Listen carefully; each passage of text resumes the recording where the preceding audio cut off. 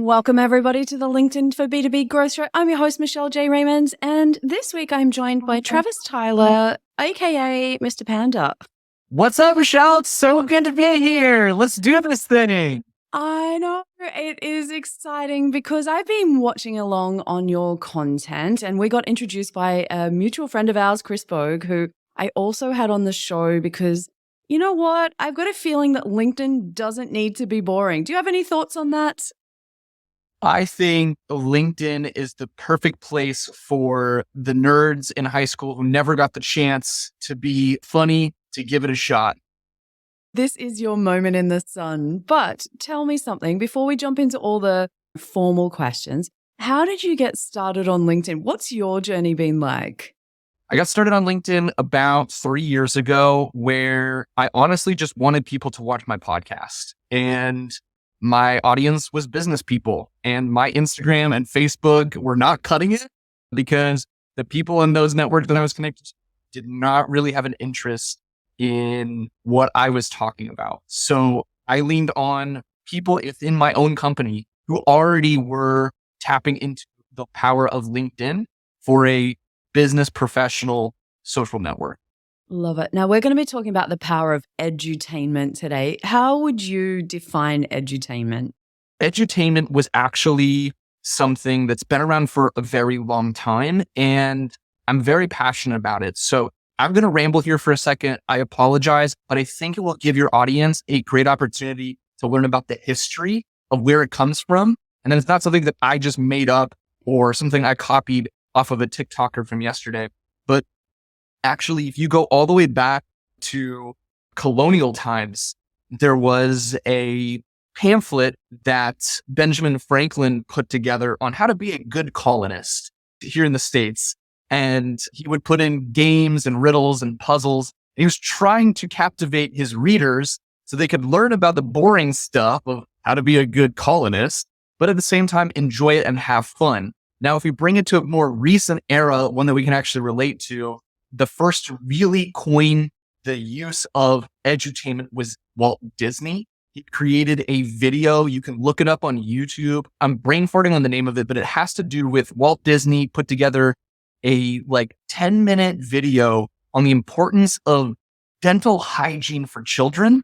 And it was like a cartoon. And it was his first attempt at trying to, again, bridge the worlds of education and entertainment to captivate an audience and deliver a complex subject or a boring subject and deliver it to people and actually get their interest. We bring it even more to today's world. I grew up on Sesame Street, Mr. Rogers' Neighborhood. I grew up on Barney. We've got Teletubbies. We've got all sorts of shows now, but the idea is nothing new. It's bridging education and entertainment so that we can take complex ideas and we can make them approachable and fun to learn about. Look, I also grew up on Sesame Street, and it's just one of those things that I was having a chat to someone from LinkedIn recently from the B2B Institute, and they were saying it's like having those characters actually we're drawn to one, and that hooks us in week after week. We keep coming back for more.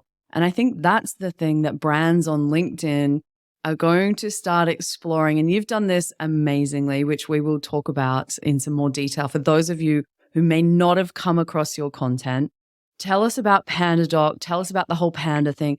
I'm been sitting here thinking, one day you're sitting at work and you've got to come up with some content and you think it's a great idea to go buy a panda suit and you're going to explain that to a boss somewhere higher up that, no, stick with me, this is a good idea. Tell me about how that all played out. Absolutely. So I'm lucky to work for an organization that understands the value of edutainment. Again, we're trying to differentiate our brand. When you look at disruptors in different industries, our name is Panda Doc. It's not like it's sign this doc or something super intense and corporate-y. It's a fun, playful brand. And one of our core values as an organization literally is fun. And so I was like, I'm going to bring this into the content because I am trying to get people to stop their scroll and I want to have them stay for the lessons and the learnings that I'm trying to deliver them. So yeah, it was literally one day, hey, Travis, stop writing that boring ebook that no one's reading and let's get you in front of the camera. And so the way it really started was I had a VP of marketing who just had the foresight to say, hey man, have you ever done anything on camera before. I said, no, but I do improv comedy at a local theater in Tampa Bay, Florida. And I've been doing it for a couple of years. So I do have some comedy training under my belt, and let's give this thing a shot. Right. And I bought a Panda onesie off of Amazon for like $25. And I just started incorporating into our videos, and the response is great. So I was like, you know what, when you find something that works, let's just double down on it. And it does work, because whilst I came across you through someone else, yes, I kept watching, because again, it's not the same as everything else that I see. Now, I have since even become a customer of Pandadoc, and they are not sponsoring this episode, but it did work. Like, what you did caught my attention. And so when I was Googling, I'm looking for proposal software that I need signing, paint, all those kind of things, all I kept thinking of was Travis and his panda suit. Couldn't get it out of my mind. So it had to be in the list. Now, as it turns out, it's a great product, but it would never have been top of mind for me if it wasn't for what you'd been doing. I've shared this with you previously, and even to the point where the salesperson that I was on the call with, she was like, oh my God, I can't wait to tell him. And I was like, this is true. This is how I ended up having a sales call with someone buying a product that all came from what on appearances looks like something silly, but in the reality, you caught my attention long enough to deliver how good this product was, which is what I love. And I'm all here for business growth. Everything I do on LinkedIn and every way I try and help other people is about business growth. So let's start with one thing, because you mentioned scroll stopping, and this feed moves at 1,000,000 miles an hour and people are just mindlessly scrolling. Tell us, in all of your time creating content, do you think that there's a formula to stop people from scrolling? Absolutely. It's been studied. It's been proven. All you have to do is step outside of the platforms that maybe you're not spending time on. And what I mean by that is TikTok. A lot of people in my demographic, in my age group, they don't go on TikTok. They still think, even though it's been 3.5 years since it's really taken off, that it's for teenagers who are dancing. Sorry, my content's going to keep rocking on LinkedIn because you're not on there. And it's because there is a formula for how to stop the scroll. And it comes with a hook. Within the first 3 seconds of your video, you need to have something that is abrupt, emotional, and creates curiosity. And one of the popular ones that might be played out, right? Like, it's always about experimenting and maybe trying something to see, does it work? Does it have an impact? Is it effective for my videos? Is the knowledge gap hook. And I didn't create this. I borrowed it from other people who really started doing it effectively on TikTok. But the idea is that you're going to reveal a piece of knowledge that the audience or the viewer doesn't know right now, but they could know by the end of your video. And so I'll give you 3 quick examples of that. One is, here's an easy hack for blank. Another one could be, I wish I knew this sooner, or life-changing tips for blank. And again, I know it's corny, works. And I know people might be like, oh, I don't want to do that. That's too clickbaity. Experiment. Try it. Try it your way. See what works, see what doesn't. There are also a couple of other tips I have for people, which is you can try a hook that is more visual. So maybe you start out with something that doesn't have a human in it, or maybe it's just you, for example, shredding a document in a shredder. And it's like, says something like, my wedding vows, or something like, whoa, what? Why is he shredding? And all of a sudden, hook somebody in the first 3 seconds. You can also do this with audio. You can have some sort of maybe a trending audio clip playing. I like to play around with those. I don't like to have all of my videos be trending audio. It's the ones that truly bring me joy that I recreate. So that would be my other kind of scroll stopping formula is, if you have any comedic training, trust that gut instinct you've built up over the years.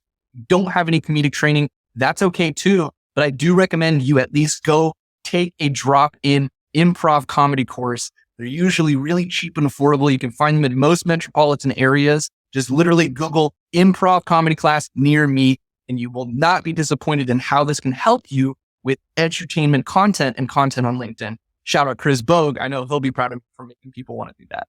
He will absolutely be proud of you for that. And I think one of the things that people don't realize is that just how hard it is to get such a good message across in 30 seconds, maybe 60 seconds. It's really hard. And one of the things I took away from my conversation with Chris is how much he plans those videos. whilst we talk about improv, it's not like he just shows up on camera and just starts talking. He's got every scene planned. He's got the shots planned. He runs it via a spreadsheet. So humor via a spreadsheet is what I learned from him. Now, as someone that doesn't like to plan things, I found that really challenging. But then I could see why his content is like next level when it comes to his videos. And so, yeah, it was one of those kind of things. I was like, what do you mean you're doing this by a spreadsheet? Like, it was like, oh no, the shiny, I can't just rock up and this thing will happen by magic. So I think there's a tip in there to plan these things out and have a look to other creators and just see what works for them. There's formulas, absolutely. Okay, so we've stopped the scroll, but why short form video? What is making short form videos so powerful for business? I get it for the teenage dancers. I get that. I understand that. I have a niece that showed me the ins and outs of TikTok back in the beginning. And I was like, I don't think that's for me. But tell me, why short form? Why video? Why now? It's pretty simple psychology. Short form video, especially in the business world, is a complete pattern disruption. And we're going to ride that wave for as long as it is a pattern disruptor. And what I mean by pattern disruptor is it's a commonly used technique in sales where sometimes to throw somebody off and disarm them, you will present them with something where when everyone goes left, you go right, or vice versa. So it's the idea that people are used to, when they pick up a telemarketing call or a sales call, they're used to hearing the same old thing. Hi, would you have some time to hear about my thing? And instead you throw something completely out of left field or right field or whatever field, and you say something that's so different from what they're seeing. And so if what you're scrolling through on your LinkedIn feed is some out of touch C-level executives outing something that they generated from some sort of AI chat bot that's not relevant to this individual, when they see somebody dressed up in a panda suit dancing in their front yard, they might be like, okay, what is going on here? And so I'm not necessarily saying, oh, everybody needs to go do something outlandish, but having something that is going to hook people in those first 3 seconds is great. But truly just having a vertical video or a square video on LinkedIn is a great place to start because you're not seeing it on every single post. Now, this was easier maybe 2 years ago than it is today, but still is an undertapped and underserved form of content.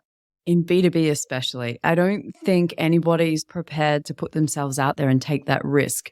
Now, I can't work out whether that sits with the individual fears. When we wrote the LinkedIn branding book, we did a whole chapter on mindset because we established that there was about 30 fears when it came to creating content that people were going to be blocked by. Now, do you think it sits more with the individual fears, or does the corporate culture also have a part to play in this? Because a lot of the concerns that I get when I work with clients when we're doing training is that's all well and good. Sure, it's great for Travis. His boss lets him wear the panda suit and be funny. But insert my boss, my marketing manager, my sales manager. If I take that to them, they don't even know what this LinkedIn thing is. What's your message for those kind of managers out there? I would say that at the end of the day, you're trying to do two things. You are trying to create brand recognition and affinity. Just like we said before, you are looking for a solution and one kept recalling back into your brain, which was the one where the guy was dancing in a panda suit. So this is nothing new, right? So people and marketers have been doing this for years and years. So for the folks who are like, we're a serious brand, okay, that's fine.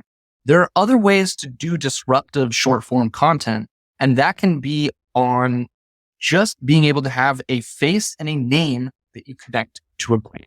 So at the end of the day, that is great recognition and much easier to do than being silly or funny. You can be insightful. You can be helpful.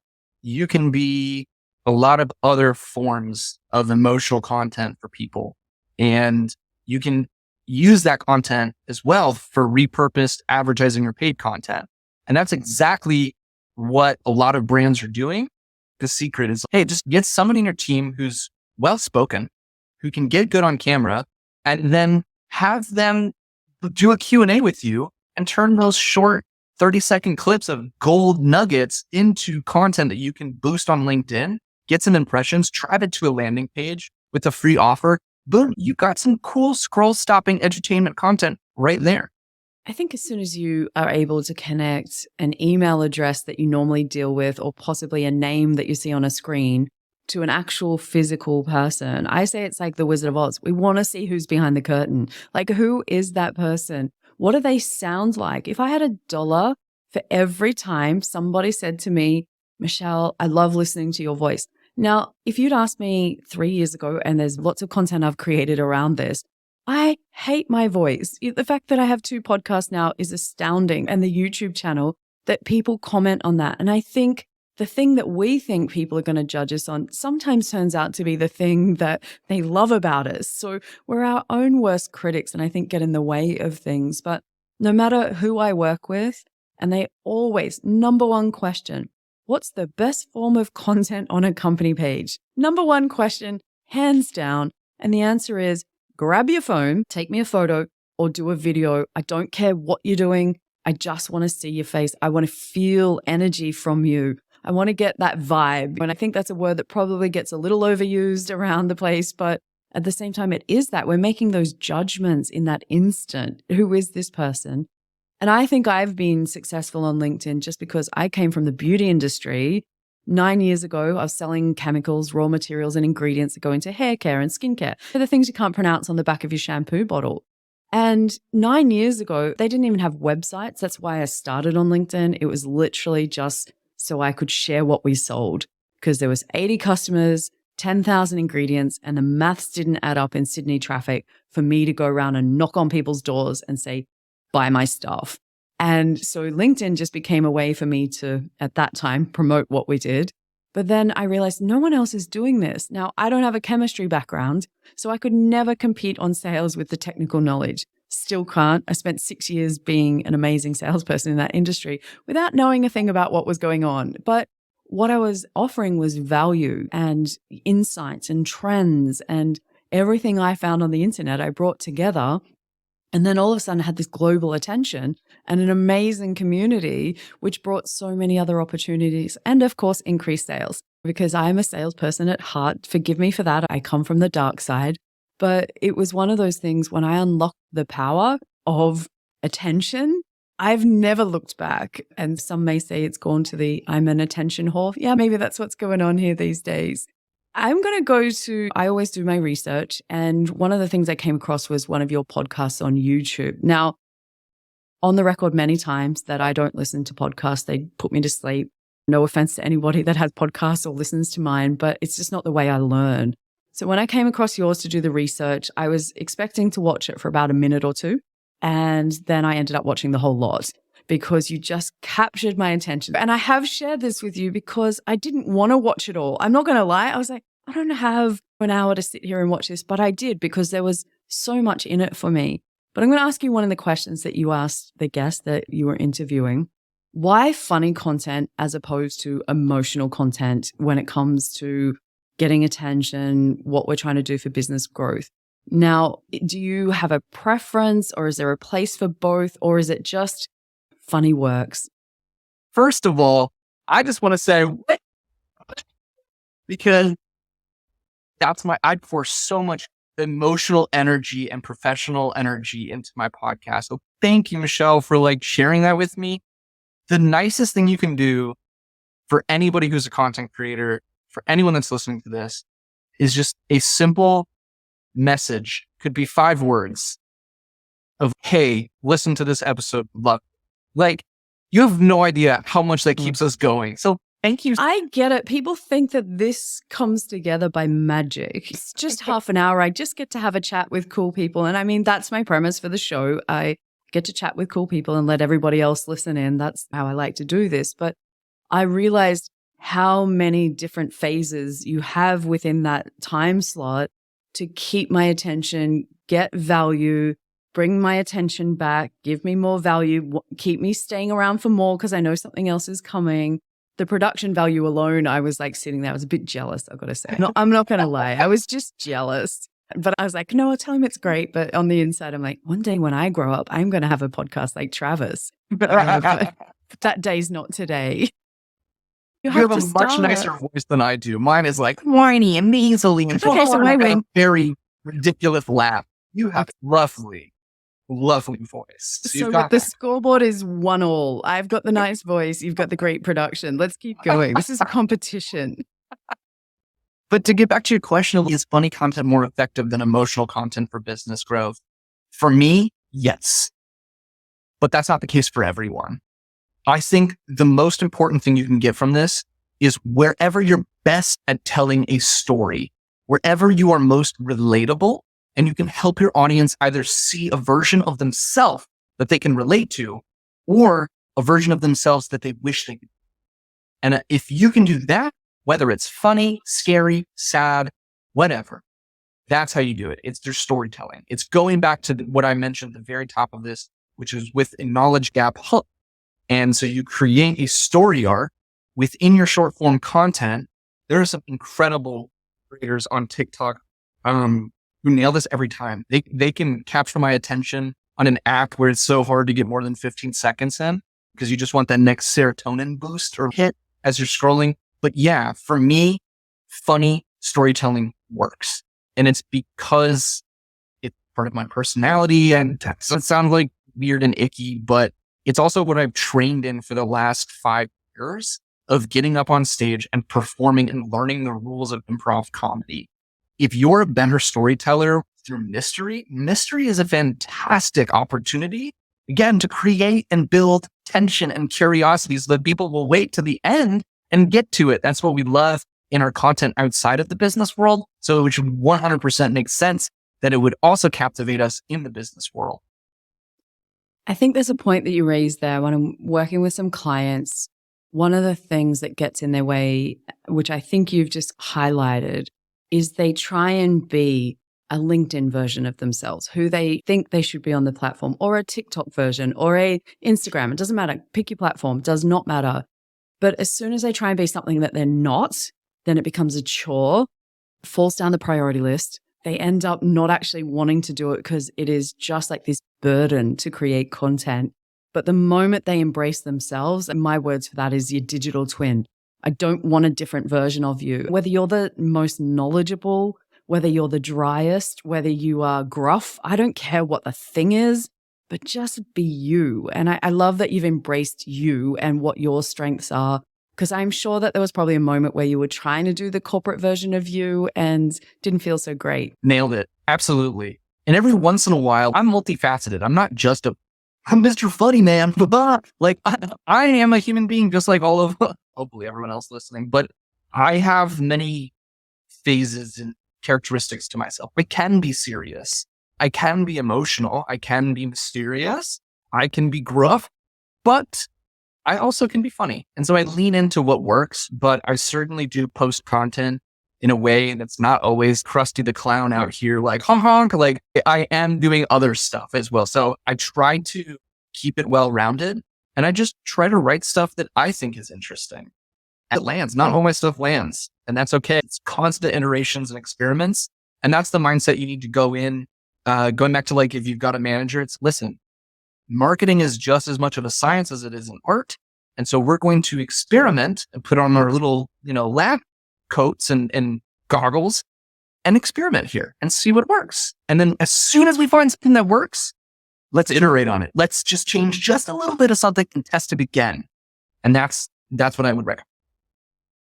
So there'll be some marketers that are listening in that come from a product marketing background, similar to yourself. What's the difference between the content you're creating for your product versus your content that you're creating for social?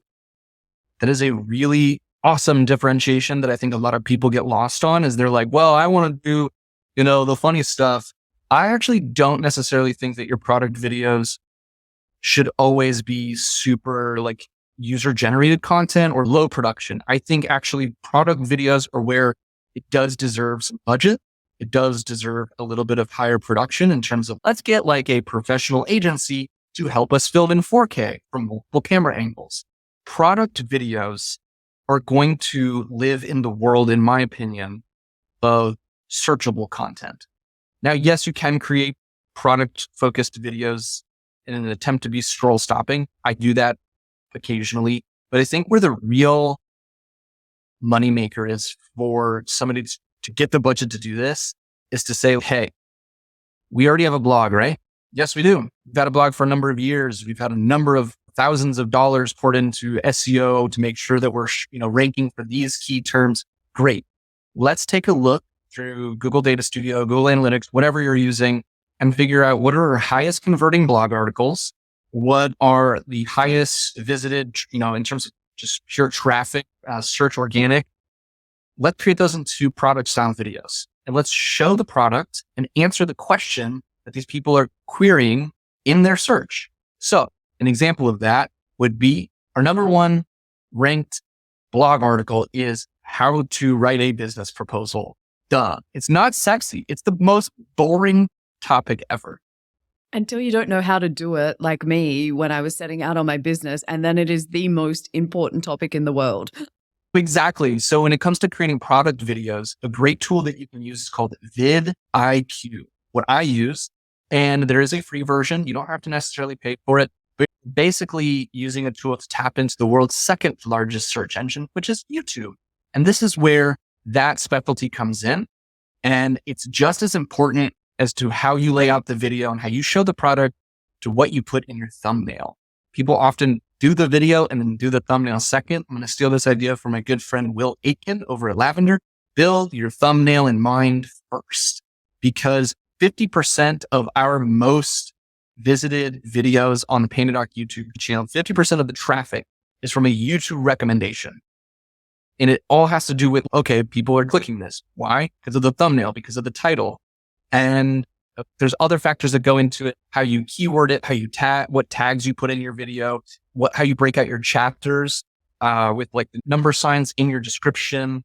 There's a whole checklist that vidIQ gives you. But product videos is where you can drive traffic from YouTube to your website and build that trust and do a walkthrough that doesn't need to be that funny, guys. The walkthroughs that I run sometimes of a demonstration of how to use Pandadoc, they're not silly, because trying to teach somebody something, yeah, maybe we snap into a panda suit, we snap back out of it. Okay, that's great. But when it comes to product videos, you have to think about your searchers. When you're creating your social content, I'm going to steal this one from my good friend, Justin Simon. If you're not following Justin Simon on LinkedIn, give him a follow. You're creating your content for your scrollers. Exactly what we've just been talking about. They're two different audiences. And when you sit down to write a script or come up with a concept or a keyword title, think about those two categories. Which one's this for? Because your best performing scrolling content is not going to be your best performing searching content, and vice versa. For me, they sit in, one's about me knowing you exist, and one's, how the heck do I use this? It really is that simple. And I don't need to be entertained while I'm trying to concentrate on click here, do this, click on that. Oh, not that. I don't need any distractions while I'm trying to learn something, so I think there's a time and a place for everything, like you said. And I love the idea of mixing up things, trying different things, experimenting. These are all things that I think creators are scared of doing. And I'm on a mission to try and change that on the platform, that if someone will create their first video, I don't care what it is. I shared my first one that I did recently with people because they see how I am now. They think I'm genetically blessed that I turned up and I started talking on camera and without an issue. They forget that there's a course sitting in my cupboard just here, and I've shared it a million times, that I threw the whole course away because I had to do a 5-minute intro video. I didn't get here because I didn't start somewhere. And it's just a consequence of doing weekly shows, often many more times, watching the back, trying to get better. But tell me about one other thing when it comes to creating content, which I found really interesting, that you recently shared about. How do you go around getting information from other teams, building relationships with other teams to make your marketing better? Because does it just belong with marketing anymore? Can we get over that? Can we just scrub that content is just not marketing's wheelhouse anymore? Absolutely. I'm all for that. I will start a petition on change.org and we will get that going, Michelle. Yes. Okay, we're even now. It's too old. Don't worry. When you come back towards the end, you'll come out the winner on this. I guarantee you. It's my show, of course. Yep, it is. Like, this guy's done. Wow, cut that bit out. He's gone.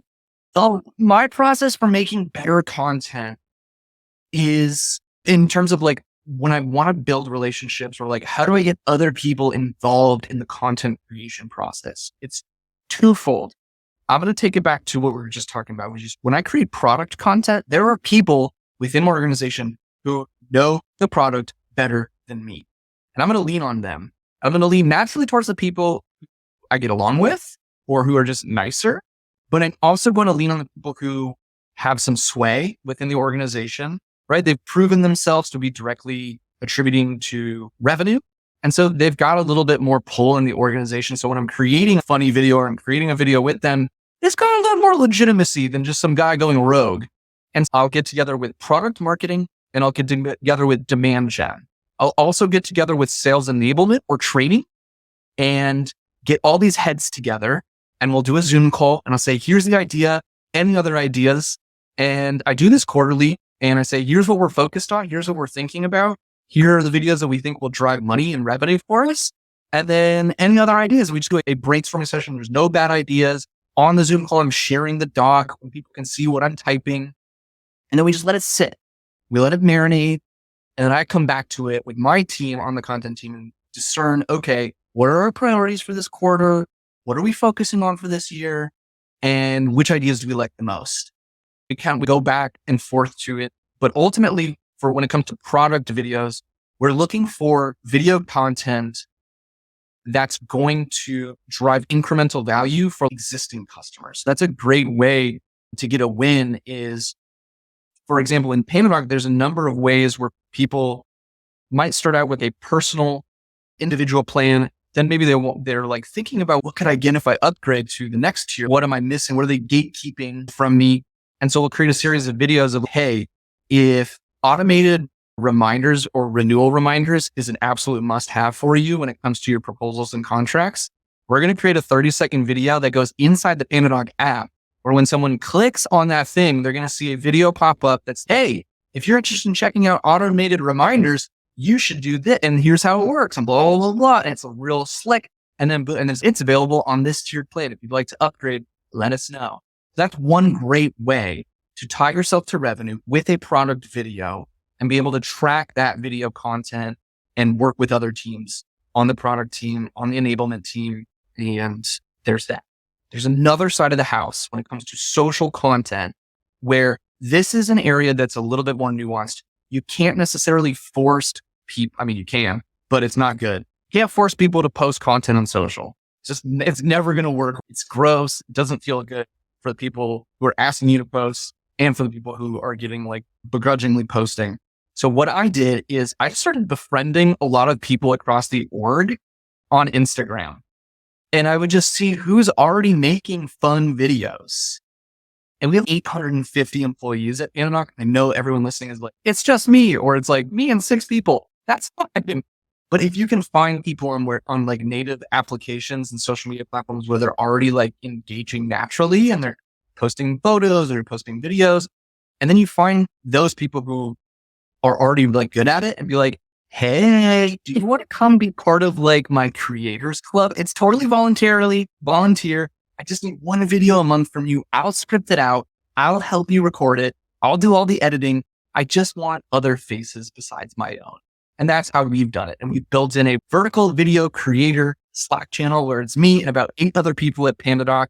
And I just found them posting funny stuff on Pandadoc, like through videos they were doing for work or on their own personal Instagram. It's amazing when I've done training with corporate clients and everyone's sitting there, no one's posting on LinkedIn. And then eventually you uncover that somebody's got a YouTube channel that is absolutely thriving, or they're really great at creating reels and all these other platforms. But LinkedIn seems like it's the scary platform out of all of them. I'm not going out there because I'm going to get judged professionally. And what if I lose my job? And a whole bunch of other things come into play. So I love that you found a way to nudge them across to create some content with you as well. I want to wrap this up because I want to talk to you all day and I won't, and I'll lose a point, and I don't want to lose this competition that we are unofficially having in this episode. And I'm fiercely competitive, right? So I'm prepared to give you 1 point. What is the best tip that you could give someone out there that is thinking to themselves, yeah, funny's good for Travis, but not me? What would you say to encourage them to get them to just give it a go? Find your zone of genius. And the way you do that is pick 4 or 5 people that are very close to you and go and ask them, what do you come to me for advice for? And you will very quickly find what it is people think you are very smart at. And that perception is gold. That is so valuable. And use that to then create your content. Because if people in your life that are closest to you are like, yeah, I look to Michelle because she knows skincare. Which, by the way, you have great skin. Point for Travis. You don't look a day over 70, do I, right? No, but you really do. And great hair. Anyway. Thank you. Find your zone of genius by tapping the people around you.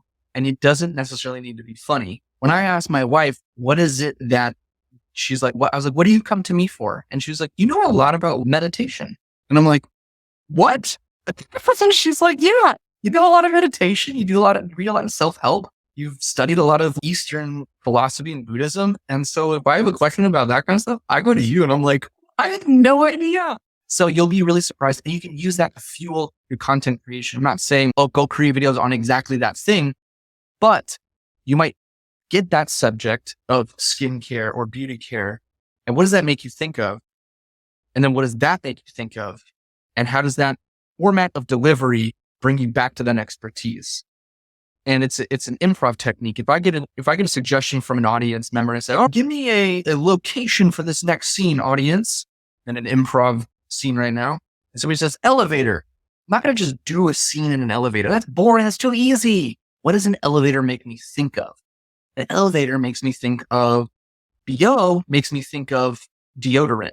Now I'm doing a scene on deodorant. And so you can take that same concept with your zone of genius and you can create content that you're really good at, that your perspective is where people come for your insights from. I love it. And I'd only add to that, for those of you who sit there, listen to that and go, I don't have a zone of genius, cut it out. Enough is enough. It's 2023. You do have a zone of genius and we want to hear your voice. And Travis has given us so many great tips throughout this. If you are not following him on LinkedIn, I'm going to put his LinkedIn profile details in the show notes. And you are going to go across and you're going to ring the bell in the top right-hand corner underneath the banner and stay up to date, because this guy is not just funny, he is smart as well, and you will always learn. So Travis, I'm going to just do, okay, it's even. It's a tie because I want you to maybe come back again in the future. Like, is that how this thing works out? Don't make me fly. I'll have to find you, Michelle. Exactly. I know where you are. I will hunt you down to the other side of the world. So Florida's on my next step. If I don't go to Florida and see Michelle Griffin, she will hunt me down too. So there's two of you coming after me. Florida's a mess right now. But anyway. Yeah, I think you should come visit me. I think Sydney's come this way, safer. But Travis, I appreciate everything that you've shared today. I have learned, I've enjoyed this, more importantly. And yeah, I think I just appreciate you for giving people other ideas on how they can go around something that maybe they're thinking about trying, and maybe it just nudges them across that line and gets them out there. That's what I'm all about. I think that's how you help people grow their businesses. So I appreciate everything that you've shared today.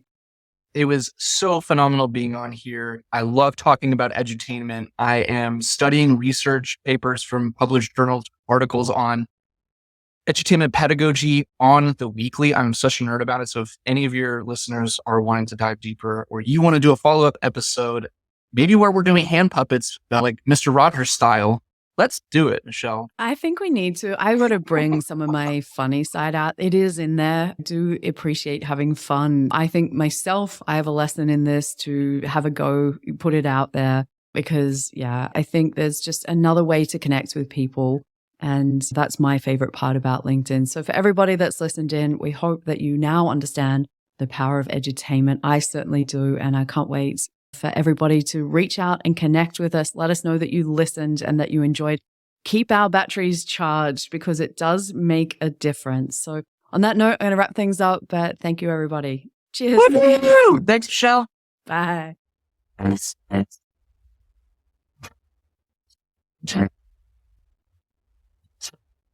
No worries.